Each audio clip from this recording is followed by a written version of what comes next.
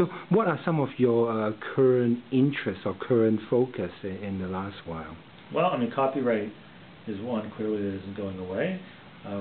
It's net neutrality and some of the network issues that have been generating a lot of attention, and one that I've become very active on over the last little while. It's an area that I think is a very significant concern, one that we really do need regulators and our political leaders to become more active on.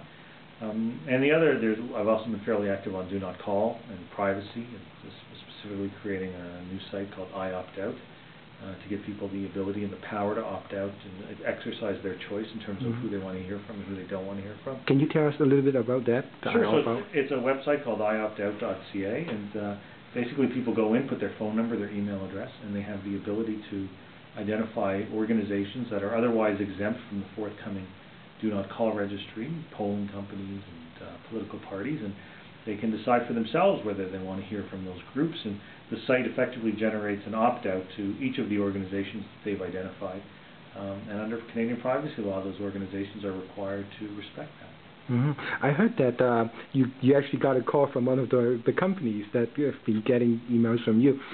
Can they actually ignore those emails, the emails that you send? I don't think so. I don't think so, right? They seem to indicate that they are, and I think this will ultimately end up before the Privacy Commissioner and potentially before the courts, if the position of some Canadian companies is that where someone has submitted a legitimate opt-out, effectively a withdrawal of their consent for using their personal information, and they've just decided they're not going to respect that.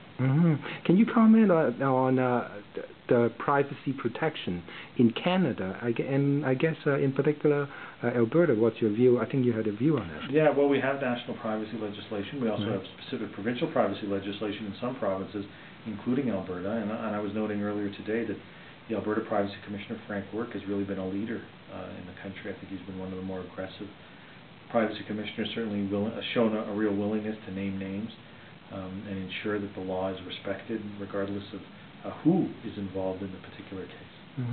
How are protections compared to other countries, the States or Japan or England? Do you have an idea?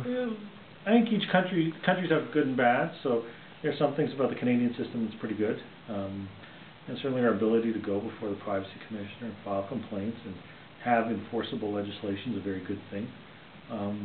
In Europe, they have even stronger legislated protections, though some would argue that they are not enforced very effectively. In the U.S., they don't have the same kind of broad privacy protection, but their enforcement agencies, such as the Federal Trade Commissioner, are much more aggressive and are willing to exert much tougher penalties. So, I don't think there's any single model that is the best, and I think the Canadian situation, it has its good points and its bad. All right.